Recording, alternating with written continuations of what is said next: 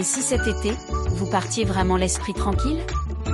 Avec France Pay, quel que soit votre pays de résidence, ouvrez un compte 100% français, un RIB français, une carte bancaire française, et accédez aux avantages et services réservés normalement aux résidents. Et avec le compte Premium, bénéficiez en plus de l'option rapatriement vers votre pays de résidence ou en France. Parce que voyager sereinement, c'est aussi savoir qu'on est protégé. Cet été, réservez, dépensez, voyagez, sans contrainte, sans tracas. France Pay, la France dans le portefeuille.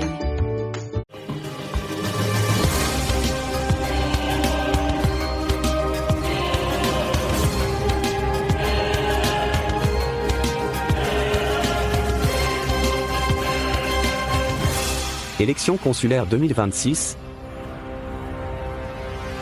Bonjour et bienvenue sur lesfrançais.press. Le 31 mai prochain, les Françaises et Français établis à Hong Kong et Macao seront appelés aux urnes pour élire leurs conseillers des Français de l'étranger et leurs délégués consulaires. Parmi les candidats en lice, Charles de la Porbarré, il conduit la liste Une équipe engagée et à l'écoute de tous. Charles de la Porbarré, bonjour et merci d'avoir accepté notre invitation. Bonjour, merci de me recevoir. Pour commencer, pouvez-vous vous présenter en quelques mots et revenir sur ce qui a motivé votre engagement dans ces élections consulaires? Bien sûr, avec plaisir. Je suis Charles de la Porbarré, je suis originaire de Saint-Malo. J'ai grandi à Paris et je suis arrivé à Hong Kong il y a maintenant un peu plus de 8 ans. J'y suis arrivé célibataire, je m'y suis marié et j'ai eu depuis un enfant qui a 2 ans et demi. Donc j'ai vécu différentes phases de ma vie familiale à Hong Kong, mais aussi professionnelle, puisque j'ai travaillé dans 3 différentes sociétés et toujours dans la partie data, donc analyse de données et des clients. Ce qui m'a intéressé dans cette élection, c'est d'avoir été contacté par Katia Martin, qui est l'élue actuelle, qui est la présidente actuelle du Conseil consulaire, et qui m'a parlé des missions qu'elle avait accomplies pour les Français de Hong Kong et Macao. Ensuite, elle m'a fait part du fait qu'elle avait déjà exercé 2 mandats et qu'elle souhaitait ne pas se représenter pour un 3e mandat, mais confier sa liste, à une nouvelle personne, plus jeune, qui reprenne en son nom. Et comment envisagez-vous votre rôle en tant que conseiller des Français de l'étranger? Eh bien, je souhaite m'inscrire dans la continuité de ce qui a été fait par Katia, c'est-à-dire être toujours disponible auprès des Français de Hong Kong et Macao, bien sûr assister à tous les conseils consulaires et donc à l'attribution des bourses et des différentes aides qui sont à allouer, mais également et même surtout, c'est dans la disponibilité et dans l'aide et l'accompagnement, le soutien des Français en difficulté, je pense que ce rôle s'exprime le mieux. Par exemple, Katia m'a raconté comment elle avait aidé des familles pendant le Covid à déroger à certaines règles pour que, lors de maladies ou de décès, certaines familles qui venaient de France puissent trouver une dérogation aux quarantaines pour tout de suite aller voir les membres de leur famille et ne pas attendre les fameuses 3 semaines qu'on a vécues ici, mais également dans des sujets parfois très douloureux comme des violences conjugales, lors desquelles les personnes qui en sont victimes n'ont pas forcément envie d'aller au consulat et de se présenter à l'accueil, mais ont davantage envie de pouvoir contacter un élu et de lui parler pour qu'ensemble, ils trouvent une solution qui soit adaptée dans le respect de la confidentialité la plus absolue, mais également en garantissant une vraie efficacité. Selon vous, quels sont aujourd'hui les principaux enjeux pour ces Français installés à Hong Kong et Macao? Les enjeux déjà de l'élection, c'est de la faire connaître, puisqu'elle souffre d'un déficit de notoriété. Et nous, on a choisi de la faire connaître en présentant justement les enjeux de l'élection. Moi, j'ai décidé de construire une liste de 7 personnes qui sont toutes engagées et au même niveau. Et c'est ce en quoi notre liste, elle est assez unique. C'est que dans la plupart des autres cas, c'est une tête de liste et d'autres personnes qui sont avec elle pour compléter cette liste. Nous, vous n'entendrez jamais dire c'est la liste de Charles ou c'est la liste de Katia. En fait, on est 7 sur la liste et on est tous engagés au même niveau. Donc, on a mis 1 an et demi à construire cette liste pour qu'on ait des personnes jeunes, d'autres qui sont un peu moins jeunes, des personnes qui ont des parcours professionnels qui sont tous différents. Il y a des parents, des jeunes célibataires, on habite tous dans des parties différentes de la circonscription, on a des parcours professionnels variés, et ceci pour que chacun des concitoyens puisse se reconnaître auprès de l'un d'entre nous. Donc voilà, donc on est vraiment une équipe de 7, d'où le nom de notre liste, une équipe engagée et à l'écoute de tous. Et donc, chacun de nous est ambassadeur d'une mesure. Moi, en tant que jeune père de famille, je me suis rendu compte que j'étais très en demande de pouvoir trouver des sages-femmes françaises, ensuite des pédiatres français. Ensuite, on m'a parlé du Deed of Guardianship, qui est une démarche peu connue, mais en fait très importante, qui permet de protéger ses enfants dans le cas d'un accident qui arriverait aux parents. Et donc là, pareil, j'ai voulu trouver des avocats français. Et en fait, je n'ai pas trouvé de répertoire qui liste ces professionnels français, alors que ça m'aurait été très utile. Donc, ça fait partie des choses qu'on propose, c'est soutenir le développement de ce calendrier, de ce répertoire. Et justement, parlant de calendrier, euh, aussi, l'accès à l'information des événements francophones n'est pas si évident aujourd'hui. Moi, je me rends compte à titre personnel que souvent je suis au courant des pièces de théâtre, des événements associatifs, des événements consulaires, uniquement par le bouche à oreille. Il n'y a pas de calendrier unifié. Donc déjà, en créant ça, ça permettrait à chacun d'avoir un accès facilité, mais aussi de donner davantage de visibilité et donc de puissance aux personnes qui organisent ces événements. Alors, on continue dans les mesures, hein. Y en a-t-il une concrète que vous souhaiteriez mettre en place rapidement pour améliorer le quotidien des Français dans votre circonscription, au-delà de ce que vous avez déjà énoncé?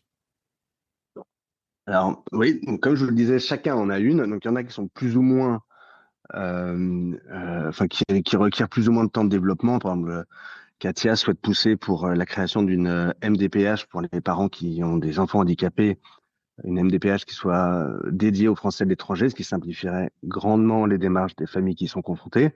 Mais il y en a d'autres qui sont beaucoup plus opérationnelles.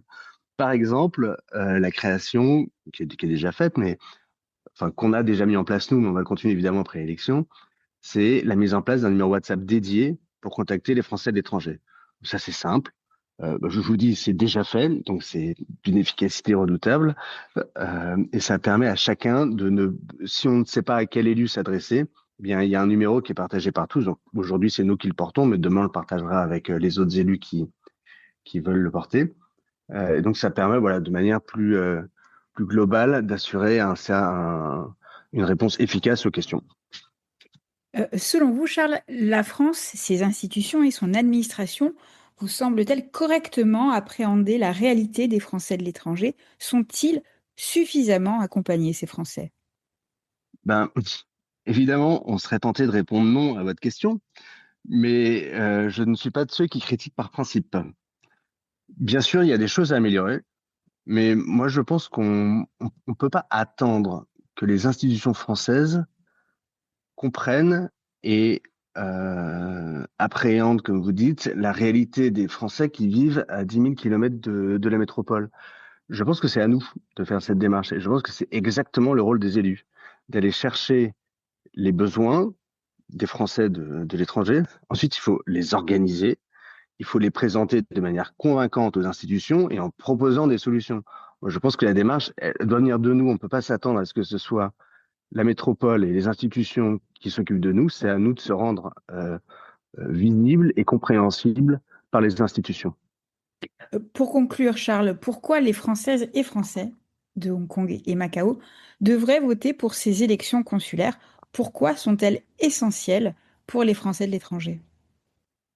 Eh bien, je pense que j'ai envie de répondre à votre question par l'utilité de ces élections. Et du coup, ça me permet d'ouvrir deux parties. La première, c'est que je me rends compte lors de la campagne, on s'en rend tous compte avec mon équipe, que certains Français ne soient pas au courant de cette élection, c'est une réalité. Et moi, c'est OK. Je dis souvent en rigolant que ça veut dire qu'ils n'en ont jamais eu besoin, et c'est tant mieux, parce que justement, les conseillers français à l'étranger, en général, interviennent lorsqu'il y a un problème. Donc, tant mieux si tout le monde n'est pas au courant. Mais en revanche, dès qu'on leur explique à quoi ça sert, ils comprennent.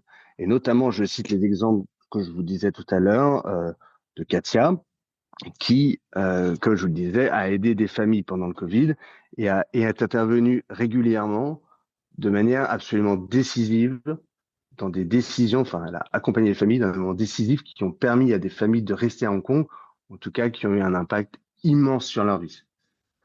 Et en fait, ce qui m'amène à la deuxième partie de la question sur l'utilité, c'est que J'entends certains élus actuels ou certains candidats déclarer que ces mandats sont inutiles et ça, je trouve ça tout simplement révoltant. C'est révoltant parce que ce rôle, il n'est utile que si on s'y investit et si on l'incarne. Si on a décidé de ne rien faire et de ne pas s'investir, alors ce n'est pas le mandat qui ne sert à rien, c'est l'élu.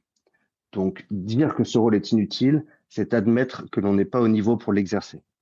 Donc c'est ça que je veux dire aux Françaises et aux Français de Hong Kong, c'est que ce rôle est utile et qu'il faut voter pour des personnes qui sont dignes de ce rôle.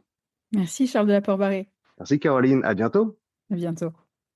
Et je rappelle que les Françaises et Français de Hong Kong et Macao éliront 4 conseillers. Le scrutin en ligne se tiendra du 22 au 27 mai, 12 h, heure de Paris, et le dimanche 31 mai à l'urne, de 8 h à 18 h au Consulat général de France. 5 listes ont été déposées. La gauche unie pour Hong Kong et Macao, conduite par Pierre-Yves Dupuis. Une équipe engagée et à l'écoute de tous, conduite par Charles de la Porte-Barré. La France au cœur, conduite par Jérôme Arbault, Renouveau Patriote, conduite par Marc Guillon, ASFE, défendre et accompagner les Français de Hong Kong et Macao, conduite par Émilie Tran Sottedé. Et pour ne rien manquer des élections consulaires, abonnez-vous à notre newsletter, lesfrançais.press, vous accompagne tout au long de la campagne. On se retrouve très vite sur nos antennes. C'était lesfrançais.press.